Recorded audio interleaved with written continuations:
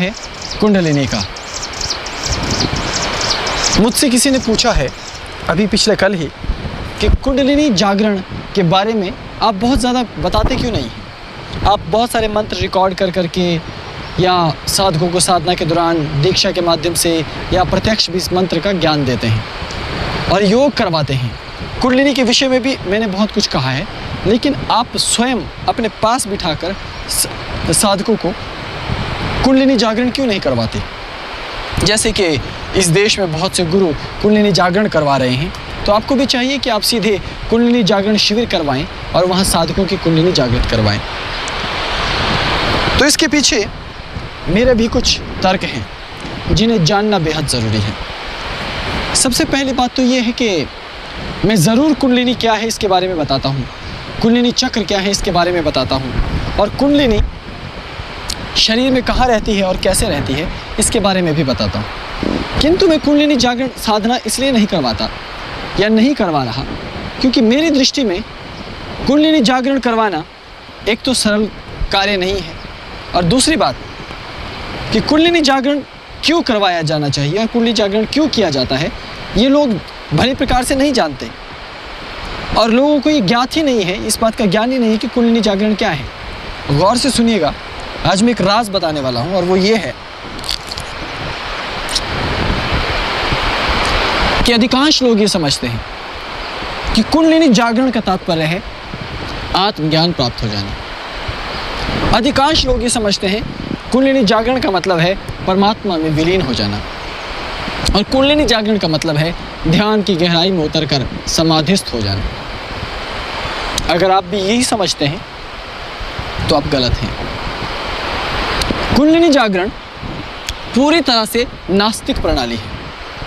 जो कुंडलिनी जागरण करने वाला साधक है वो ईश्वर को नहीं मानता, वो ईश्वर की सत्ता को चुनौती देता है, कहता है कि परमात्मा मेरे अतिरिक्त कोई नहीं है, मैं स्वयं में ही परमात्मा हूँ, इसलिए मैं केवल अपने भीतर निहित शक्ति को जागृत करूँगा। और कुंडलिनी क्या है? कुंडलिनी हमारे 7 केंद्र शरीर के भीतर है, जिन्हें हमने सप्त चक्र कहा, मूलाधार, स्वादिष्ठान, मणिपुर, अनाहत, विशुद्ध, आज्ञा और सहस्त्रहार कमलदल। इनमें से सबसे मूल में अर्थात सबसे निम्न चक्र में, जिसे हम योनि अथवा लिंग कहते हैं, और गुदा प्रदेश के भीतर ये शक्ति विद्यमान रहती है। लेकिन इसका मूल केंद्र मस्तिष्क ही है, मस्तिष्क से वो जुड़ी रहती है, लेकिन उसका स्पंदन केंद्र, उसका स्पंदन चक्र मूलाधार है। वही एक शक्ति मूलाधार, स्वादिष्ठान, मणिपुर, अनहत, विशुद्ध, आज्ञा और सहस्त्रार तक जाती है। लेकिन भगवान ने इस शक्ति को सहस्त्रहार कमल दल में क्यों नहीं रखा? कभी आपने सोचा? ऐसा भी तो हो सकता था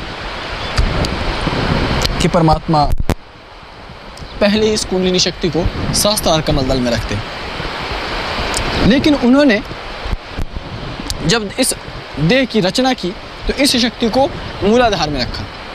मूलाधार में क्यों? इस सृष्टि के लिए,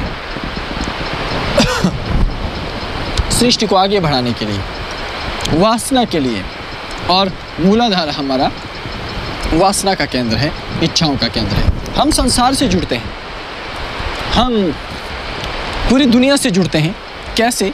मनुष्य के भीतर कुंडलिनी शक्ति को मूलाधार चक्र में इसीलिए स्थापित किया गया क्योंकि वो इच्छाएं उत्पन्न करने वाली है, वो वासना उत्पन्न करने वाली है, वो सृष्टि के साथ हमें जोड़ती है। इसलिए मूलाधार चक्र जो है वही प्रमुख चक्र माना गया, और इसी प्रमुख चक्र के ऊपर ध्यान लगाकर इस कुंडलिनी शक्ति को ऊर्ध्वमुखी किया जाता है। और कुंडलिनी जागरण है क्या? कुंडलिनी जागरण उस मूलाधार चक्र के लिए जो मस्तिष्क के द्वारा शक्ति रखी गई है, उस शक्ति को अपनी मौलिक स्थान से, अपनी जो उसकी इंद्री है उस पर से हटाकर उसे धीरे धीरे ऊपर की इंद्रियों की तरफ गतिशील किया जाता है। ये ठीक वैसे ही है जैसे मान लीजिए कि हिमालय पर्वत के ऊपर कहीं बर्फ़ का बड़ा हिम नदी या ग्लेशियर है, वो अपने आप पिघलता है तो एक नदी बनती है, वो नीचे की ओर जाती है। लेकिन कुंडलिनी साधना का तात्पर्य है कि उस नदी पर एक बांध बना दिया जाए बड़ा, ताकि वो पानी धीरे धीरे भरता जाए, भरता जाए, भरता जाए और उसमें शक्ति पैदा होती जाए, और अंततः वो इतना भर जाए कि जहाँ से वो पानी आ रहा है वहीं तक वो जाकर पहुँच जाए वो पानी वापस। तो ये प्रणाली कुंडलिनी जागरण कहलाती है। वो मस्तिष्क के भीतर निहित हमारी ही शक्ति है कुंडलिनी, वो कोई नई शक्ति नहीं है। लेकिन वो मस्तिष्क के भीतर, सहस्त्रार के भीतर जुड़ी होने के बावजूद स्वभावतया आज्ञा चक्र में स्पंदित होती है। लेकिन मुख्यतः सबसे ज़्यादा सक्रिय वो मूलाधार चक्र में है। इसलिए लोग प्रेम करना चाहते हैं, क्योंकि प्रेम भी मूलाधार चक्र से और अनाहत चक्र से जुड़ा हुआ तत्व है, हृदय चक्र से जुड़ा हुआ तत्व है, लेकिन उसमें मूलाधार का संपुट है। लोग वासना में अधिक से अधिक खोए और डूबे रहना चाहते हैं, उसका केंद्र भी मूलाधार चक्र ही है। हम मन में इच्छा करते हैं कि अच्छे कपड़े पहने, राजसी दिखें, धन वाहन वैभव हमारे पास हो, बहुत सारे दास दास या नौकर चाकर हमारे पास हो। ये जो भावनाएं पैदा होती हैं और ये जो विचार पैदा होते हैं, इन सब को हमारा मूलाधार प्रेरित करता है हमें। इसलिए भगवान श्री कृष्ण ने कहा था कि क्रोध कैसे पैदा होता है, काम से क्रोध पैदा होता है। तो जो काम अर्थात मूलाधार चक्र अर्थात वासनाएं अर्थात इच्छाएं, जब इच्छाओं की पूर्ति नहीं होती है तो क्रोध पैदा होता है, और क्रोध से अनेकों प्रकार के फिर क्रमशः विकार उत्पन्न होते जाते हैं, बढ़ते चले जाते हैं। ठीक वैसे ही कुंडलिनी शक्ति मस्तिष्क से संचालित होने के बावजूद हमारे मूलाधार चक्र में निवास करती है, और कुंडलिनी चक्रों के साथ, अलग अलग चक्रों के साथ उसका संबंध है। जब हम उसको मुख्य चक्र से काट डालते हैं तो हमें अनेकों तरह के अनुभव देने लगती है, और वो तो देगी ही। अब आप सोचिए कि ये जो कुंडलिनी ऊर्जा है ये बनी किस चीज़ के लिए है? ये बनी है मूलाधार चक्र के लिए, लेकिन हम उस ऊर्जा का मूलाधार चक्र में प्रयोग नहीं करके मस्तिष्क में भर देते हैं।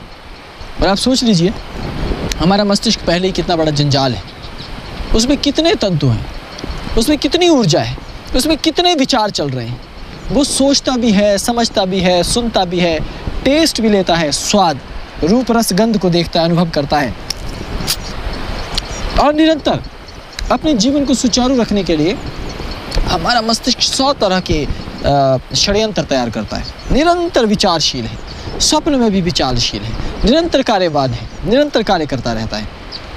पहले इतने झंझट इस मस्तिष्क में है, और ऊपर से हम मूलाधार चक्र को बंद करके उसकी ऊर्जा को ऊर्ध्वमुखी करते हैं। इसीलिए आपने सुना होगा, प्राचीन काल में बार बार हिदायत दी जाती थी कि कुंडलिनी जागरण ना करें, और करें तो अत्यंत योग्य गुरु के सानिध्य में। और योग्य गुरु मिलते कहाँ हैं आजकल? और योग्य गुरु का तात्पर्य है जिसने स्वयं अपनी कुंडलिनी शक्ति को जगा लिया। और आपने कहा कि भारत में तो बहुत सारे गुरु कुंडलिनी जागरण की दीक्षा दे रहे हैं और करवा रहे हैं। तो मेरा प्रश्न है, यदि उनकी स्वयं की कुंडलिनी जागृत हो गई है तो वो क्या कर रहे हैं? इस देश में इतना पाप बढ़ रहा है, इतना अधर्म बढ़ रहा है, देश में इतना संकट है, पूरी दुनिया में त्राही त्राही मची हुई है, तो उनको चाहिए ना कि वो अपनी कुंडलिनी शक्ति का प्रयोग करके कुछ तो सार्थक कर्म करें। और आप उन गुरुओं को देखिए, उनके जीवन में तो कुछ है ही नहीं कुंडलिनी ऊर्जा या कुंडलिनी जागृत हुई है, ऐसा प्रतीत ही नहीं होता। ना तो उनकी आंखें देखकर आपको लगेगा कि इनमें कोई सिद्धि है, इनमें कोई तेजस्विता ओजस्विता है, ना ही वो निर्भय हैं, ना ही वो निडर हैं, ना ही उनमें वो फक्कड़पना है, बस केवल अभिनय मात्र है। तो जब उनकी स्वयं की कुंडलिनी जागृत नहीं हुई तो वो तुम्हारी कुंडलिनी क्या कैसे जागृत करेंगे? ये तो सवाल ही पैदा नहीं होता। तो ठीक उसी तरह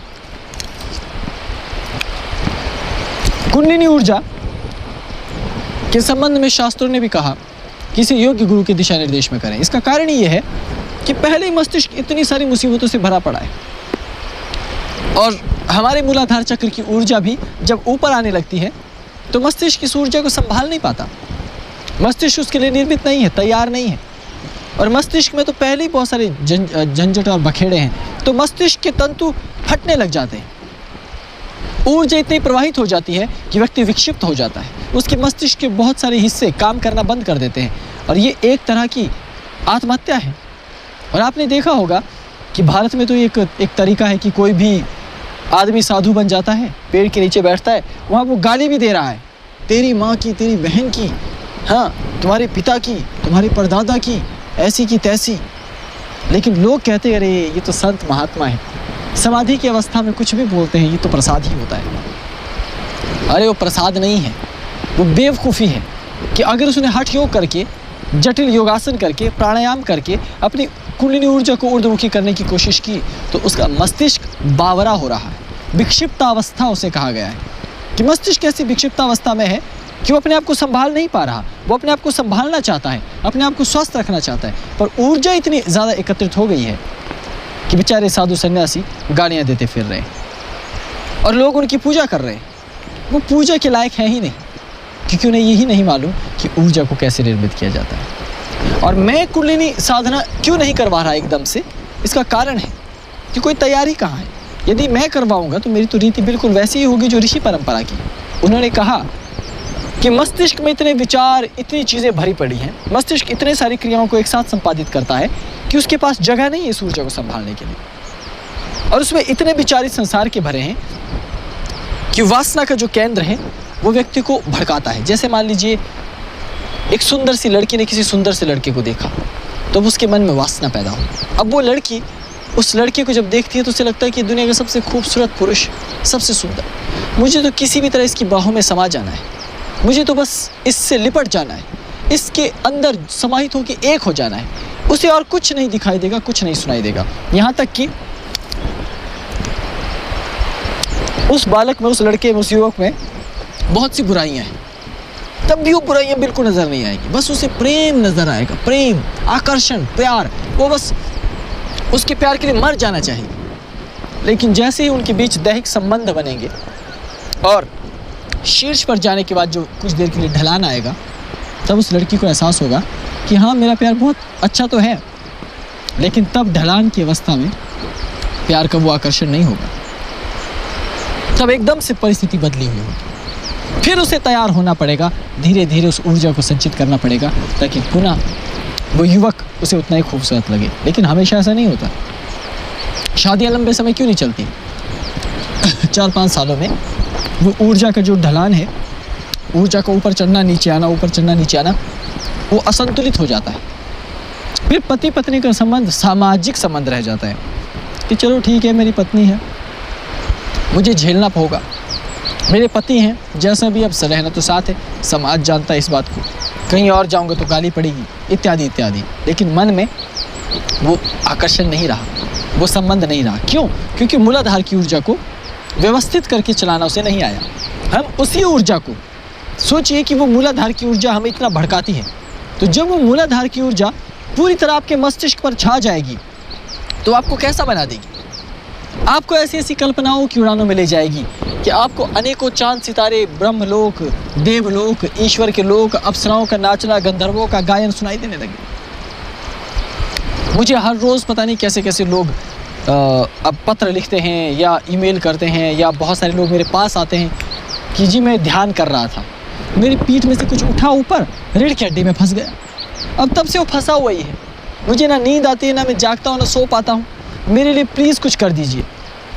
तो मैं कहता हूँ ठीक है, अब उसी व्यक्ति के पास जाओ जिसने तुम्हें ये ध्यान ऊपर करने की विधि सिखाई थी कि कुंडलिनी ऊपर चढ़ेगी। उसे कहो भी ना कि अब नीचे उतार, क्योंकि जब तक वो उतरेगा नहीं तुम्हारी तो यही दुर्दशा रहेगी। कुछ कहते हैं कि मुझे 24 घंटे सिर में दर्द है, कुछ कहते हैं मुझे ढोल, नगाड़े, चिमटे, शंख, नाद, भूतों की आवाज़, चिल्लाने की आवाज़ सुनाई देती रहती दिन रात, मैं पागल हो रहा हूँ। पागल तो होंगे ही तुम, क्योंकि कुंडलिनी ऊर्जा का मतलब ही यह है कि जो तुम हो, मनुष्यत्व, उससे अलग हो जाना, मनुष्य तत्व से अलग हो जाना। और मनुष्य समय पर सोता है, समय पर जागता है, समय पर खाता है, समय पर सब कार्य करता है।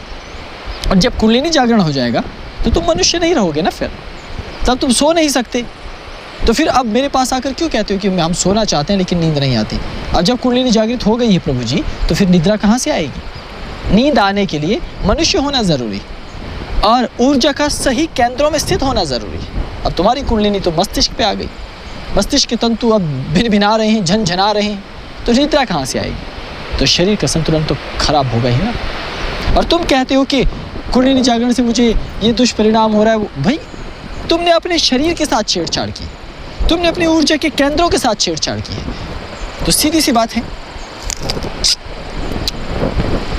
ये तो होना ही है, इसमें मैं कुछ नहीं कर सकता, गलती तुम्हारी है। इसीलिए पहले कहा गया योग्य गुरु। और तुमने पूछा मैं क्यों नहीं करवाता? मैं करवाता हूँ, लेकिन किसको? जो व्यक्ति सर्वथा संसार से वीतरागी हो, जिसके मस्तिष्क में computer, internet, television, popcorn, samosa, आलू, भिंडी, गाजर ये सब ना भरा हुआ हो। सोचा है कभी कि हिमालय के कंदराओं में हम लोग क्यों रहते हैं? जब मैं दिल्ली आता हूँ या मुंबई जाता हूँ या शहरों में आता हूँ ना, तो लोग मुझे समझा रहे होते हैं, अरे बाबा जी भगवान हिमालय में थोड़ी गुम हुए हैं, और योगी लोग तो सर्वत्र समान होते हैं। हिमालय में कोई भालू थोड़ी ना सिद्ध हो जाता है। अगर सिद्धि मिलती तो सारे भालू, कौवे, कीड़े मकोड़े, गिरगिट जो भी हिमालय पे रहते हैं सब सिद्ध होते।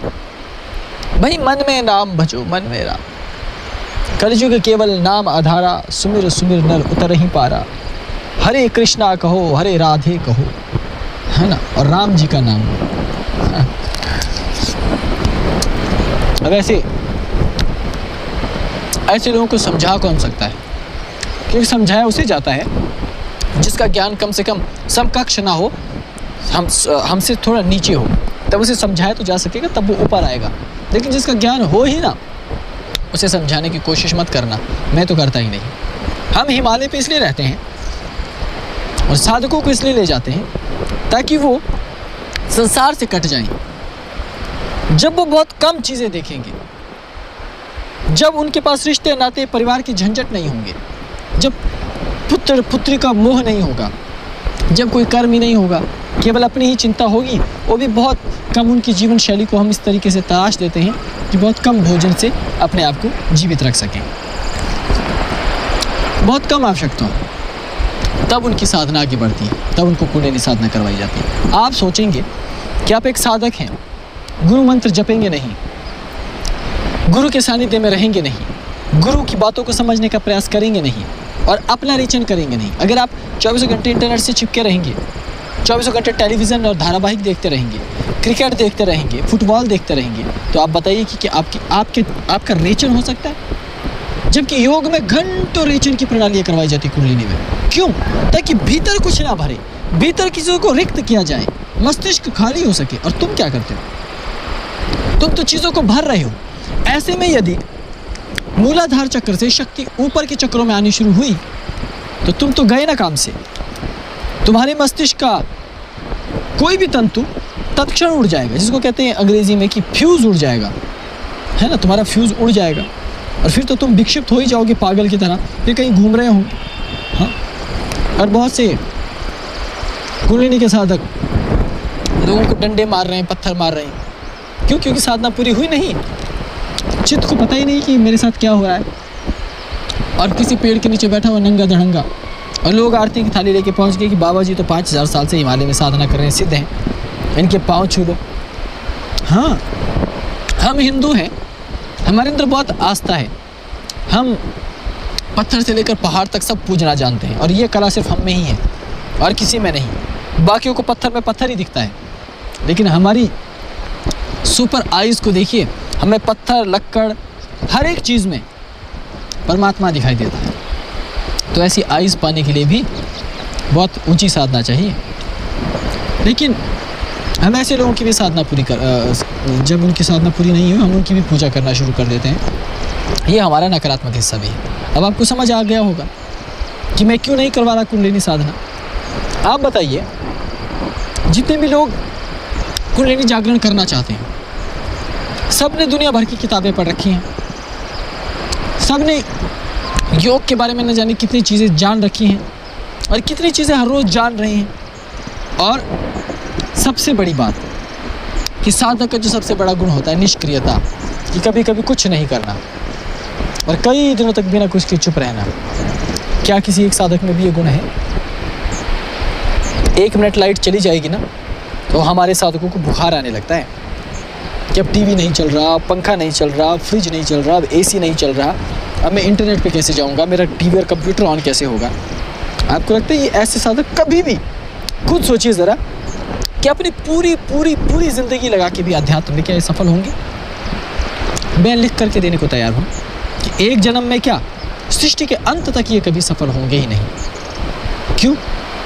कभी छोड़ करके बीहड़ में एकांत में रहे क्या, सब कुछ छोड़कर? मैं नहीं कह रहा कि हिमालय में जाकर रहो, अपने आप को कुछ समय के लिए कक्ष में बंद कर दो। संसार की चीज़ों को त्यागना तो ज़रूरी है ना, जब तक आपके मन में संसार बस रहा है। मस्तिष्क के तंतुओं में पूरी दुनिया पूरे चित्र, पूरी दुनिया गूंज रही हैं, तब तक कुंडलिनी ऊर्जा के लिए जगह नहीं है तुम्हारे तंतुओं में, सहस्त्रहार जागरण के लिए।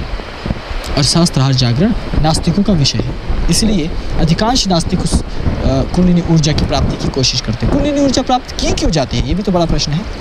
इसलिए कि कुंडलिनी ऊर्जा में सिद्धियां हैं, अनेकों तरह की शक्तियां हैं, और जैसे जैसे वो शक्तियां आपको प्राप्त होने लगती हैं, वैसे वैसे आप चमत्कारी होने लगते हैं, आपकी दुनिया बदल जाती है। फिर आप भूख प्यास पर नियंत्रण प्राप्त कर लेते हैं, निद्रा पर नियंत्रण प्राप्त कर लेते हैं, और दुनिया में बहुत सारी जो छोटी छोटी चीज़ें हैं उनका मोह आपको नहीं रहता। आपका स्वाद लेने का तरीका भी बदल जाता है।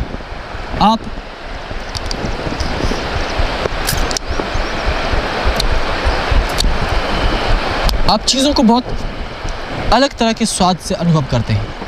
शायद जब आप आम आदमी होते हैं तब इन चीज़ों को नहीं जान पाते, लेकिन जब कुंडलिनी जागरण आपका संपूर्ण मस्तिष्क जाग जाता है, वो ऊर्जा भी जो सातों चक्रों के लिए इस सप्तम चक्र ने 6 चक्रों के साथ जोड़ रखी हुई है। 6 के 6 चक्रों को में ऊर्जा को घुमाकर वहाँ से सिद्धियाँ प्राप्त करके उस ऊर्जा को वापस मस्तिष्क में लाकर स्थापित किया जाता है। फिर लंबी उम्र पाना, वशीकरण करना, शरीर को विराट बनाना, शरीर से बाहर जाना, और भी न जाने कितनी सिद्धियों का विवरण शास्त्र कर चुका है।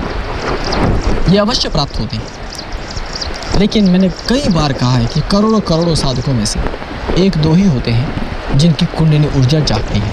और वास्तव में जिसकी कुंडलिनी ऊर्जा जाग जाएगी, फिर वो कुछ भी कर सकता है, अनेकों तरह के चमत्कार तो दुनिया को वो दिखाएगा कि देखिए मेरे पास इतनी शक्तियाँ और सामर्थ्य है। हालांकि बहुत कम लोग हैं, बहुत कम ही ऐसे साधक हैं जो कुंडलिनी जागरण होने पर भी अहंकार में नहीं आते।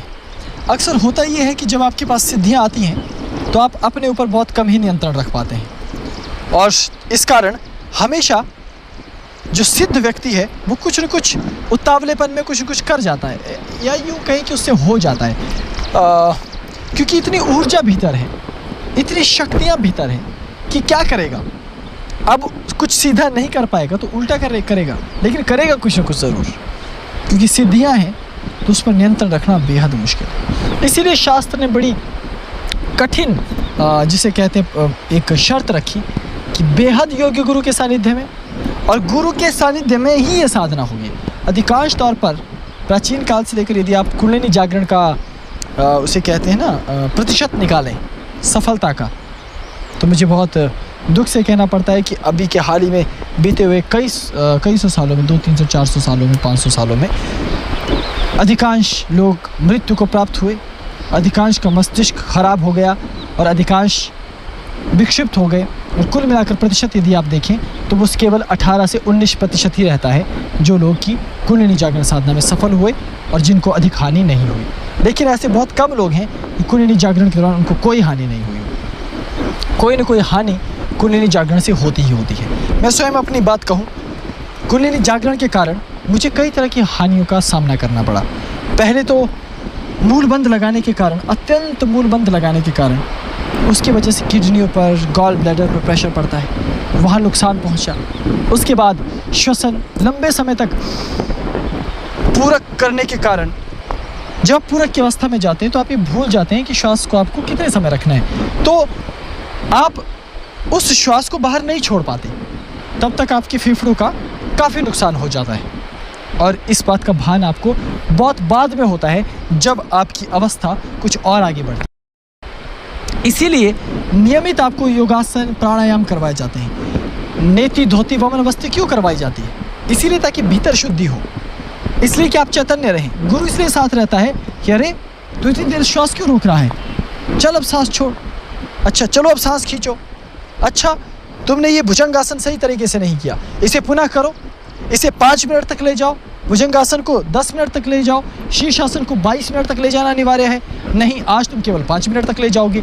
इस प्रकार गुरु समझाते हैं। और ये जो चीज़ें हैं ये इतनी आवश्यक हैं कि अधिकांश लोगों को इन चीज़ों का ज्ञान नहीं, और अधिकांश गुरुओं को भी ज्ञान नहीं। और यहीं से शुरू होती है सारी कुंडलिनी की पूरी चर्चा, पूरा खेल।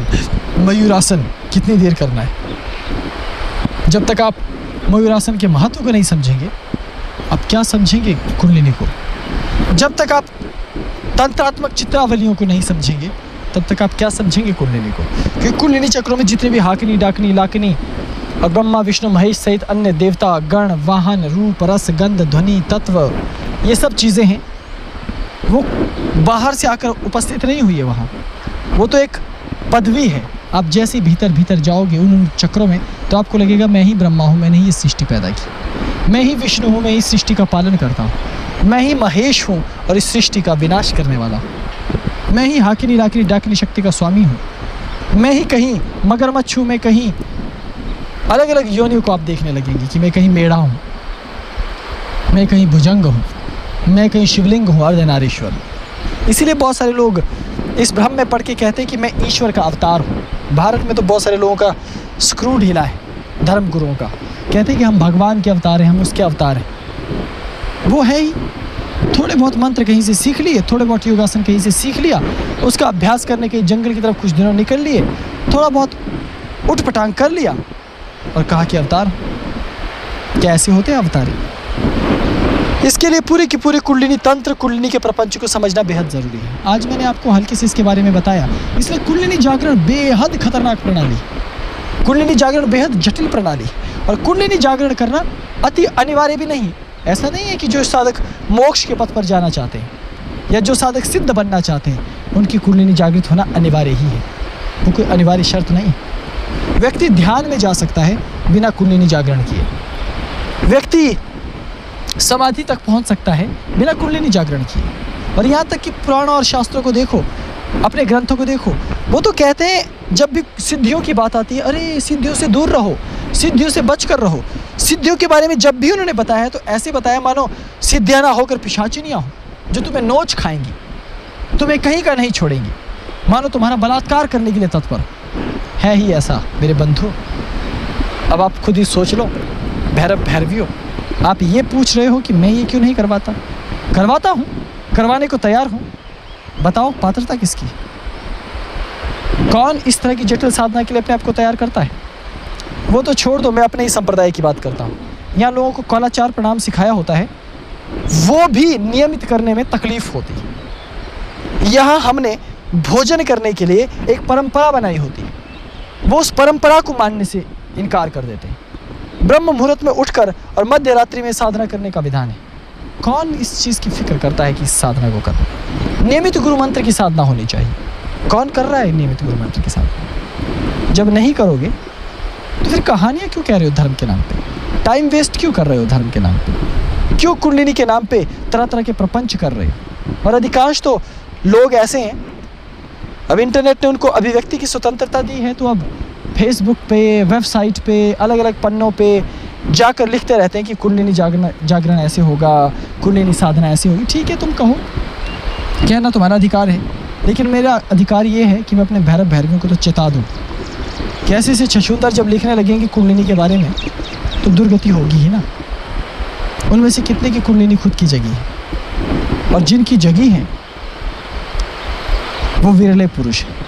इसलिए तुमको ये बात समझनी होगी गहराई से। आज मैं इस विषय को ज़्यादा विस्तार में नहीं ले जा रहा, मैंने केवल इतना बताया कि कुंडलिनी बेहद ख़तरनाक चीज़ और ये अनीश्वरवादी है। ये आपको अहम ब्रह्मास्मि, मैं ही भगवान हूँ, ऐसा कहने के लिए प्रेरित करती है और आपको ऐसी सामर्थ्य और शक्ति देती है जिससे आपका पतन हो जाता है। इसलिए योग्य गुरु की, जिसे कहते हैं छत्र छाया, जिसे कहते हैं चरण रज होना अनिवार्य है, दिशा निर्देश होना अनिवार्य है, ताकि वो आपको सुधार सके, आपको बता सके कि जीवन ऐसे नहीं चलता पुत्र, जीवन को इस भांति नहीं चलता। इसलिए ऐसे गुरु के पास रहना जो तुम्हें डांट फटकार सके, ऐसे गुरु के पास रहना जो तुमसे डरता ना हो, ऐसे गुरु के पास रहना जो तुम्हें दो रसीद भी कर सके। क्योंकि अगर तुम गुरु के विरुद्ध चलने का साहस करो तो गुरु में इतना दम होना चाहिए कि वो गर्दन पकड़ के कहे कि यदि साधना करनी है तो मेरे बताए इस नियम से, नहीं करनी है तो घर का रास्ता नापो इधर से। क्योंकि कारण ये है, साधक को बहुत जल्दी चर्बी चढ़ जाती है, अहंकारी है ना, नियम पालेगा नहीं, है ना, और गुरु का ठीक वैसे ही शोषण करता रहेगा जैसे स्याही को चूसता है। ऐसे साधकों से सावधान रहने की आवश्यकता होती है, उनसे दूरी बनाए रखने की ज़रूरत है। गुरुओं को ये निर्देश दिए गए हैं स्मृतियों में, आगम निगमों में, गुरु शिष्य परंपरा में सिखाया जाता है कि जैसे शिष्य ज़रा सा सर चढ़ जाए, नियमों को तोड़ने लग जाए, तो जितनी जल्दी हो उसे घर का रास्ता दिखा देना चाहिए। अब आपको समझ में आया कि कुंडलिनी जागरण मैंने इसीलिए नहीं करवाया। और मेरे पास भी कई साधक आए जिनको घर का रास्ता दिखा दिया गया। कारण यही है, तुम सुधरोगे तो आगे का रास्ता खुलेगा, तुम ही नहीं सुधरोगे तो मैं चाहूँगा भी, मन में सोच के रह जाऊँगा कि मैं भी कुछ साधकों को कुंडलिनी जागरण करवाता अपने सानिध्य में। खैर, अपनी तो किस्मत ही फूटी है, शिष्य के नाम पे ठीकरे मिले और इसीलिए मैंने शिष्यों को फिर बनाना ही बंद कर दिया, जोड़ना ही बंद कर दिया, क्योंकि वो पात्रता बड़ी दुर्लभ हो गई है इस कलयुग में। खैर, फिर भी कहते हैं आशा ही जीवन है, फिर भी आशा है अध्यात्म को कि कुछ साधक ऐसे होंगे जो सही रीति से समझ सकेंगे कुंडलिनी जागरण क्या होता है और कैसे होता है। अभी इतना ही, अपनी साधना जारी रखो, गुरु मंत्र गुरु साधना करो, इष्ट का ध्यान सुमिरन करो, योगासन प्राणायाम करते रहो, गुरु परंपरा से जुड़े रहो, अपने आप को प्रसन्न रखो, संसार से अपने आप को अलग करो, अपनी नई दुनिया बनाओ, योगियों की दुनिया। अपना ख्याल रखना। ओम नमः शिवाय।